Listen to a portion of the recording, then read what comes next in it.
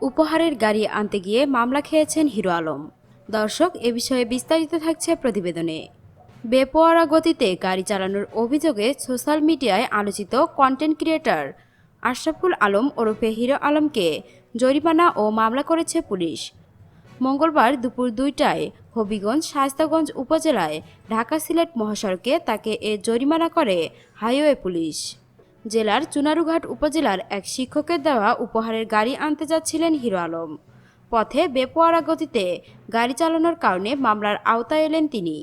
Shayestaganj highway থানার ভারপ্রাপ্ত কর্মকর্তা ওসি মোহাম্মদ মইনুল ইসলাম জানান, শায়েস্তাগঞ্জ থানার সামনে মহাসড়কে সর্বোচ্চ গতিসীমা ঘন্টায় ৮০ কিলোমিটার, কিন্তু হিরো আলমের টয়োটা ফিল্ডার গাড়িটি ৯০ কিলোমিটার গতিতে যাচ্ছিল।